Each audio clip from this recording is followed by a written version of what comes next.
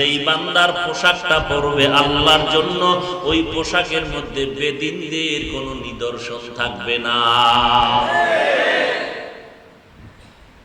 বেদিন বেঈমানের কোনো নিদর্শন আর আদর্শ থাকবে না।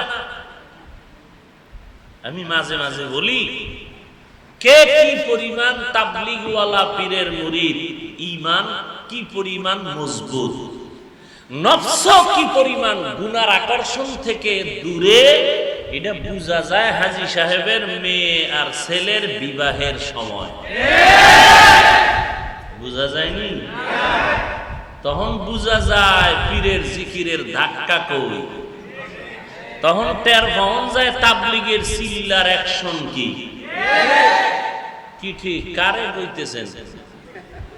হ্যাঁ, হাসার কথা না।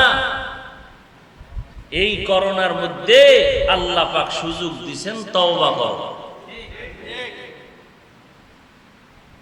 জীবনে বহু অন্যায় করেছো, আমি আল্লাহ তোমাকেও নিয়ে যাইতে পারতাম। আল্লাহ পারতেন না? আল্লাহ বলেন হায়াতটা এখনো দিয়া রাখছি, করোনা কিন্তু শেষ হয় নাই, নিয়ে যাব কিন্তু হাতে সময় বাকি, তাড়াতাড়ি তওবা কর।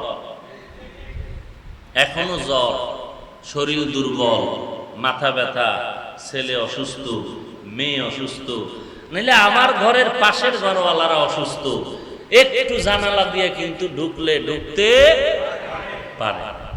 আল্লাহ যদি অসুস্থ বানায়, আপনাকে রুমাল দিয়া চেহারা বেঁধে রাখলেও কি আর ফিরতে পারবেন? উপায় আছে? দরজার মধ্যে আটকাও, বাইরে নাইমো না কেন? ভাইরাস। এখন গবেষকরা কয় বাইরে নামো। যারা ঘরের ভিতরে একেবারে চার দেওয়াল আটকায় বয়ে রয়েছে, এগো অসুস্থতা বেশি বাড়ার সম্ভাবনা, বাতাস টাতাস লাগাও, বাইরে নামো। বুঝেন নাই? আল্লাহ সবাইকে বুঝার তৌফিক দান করে।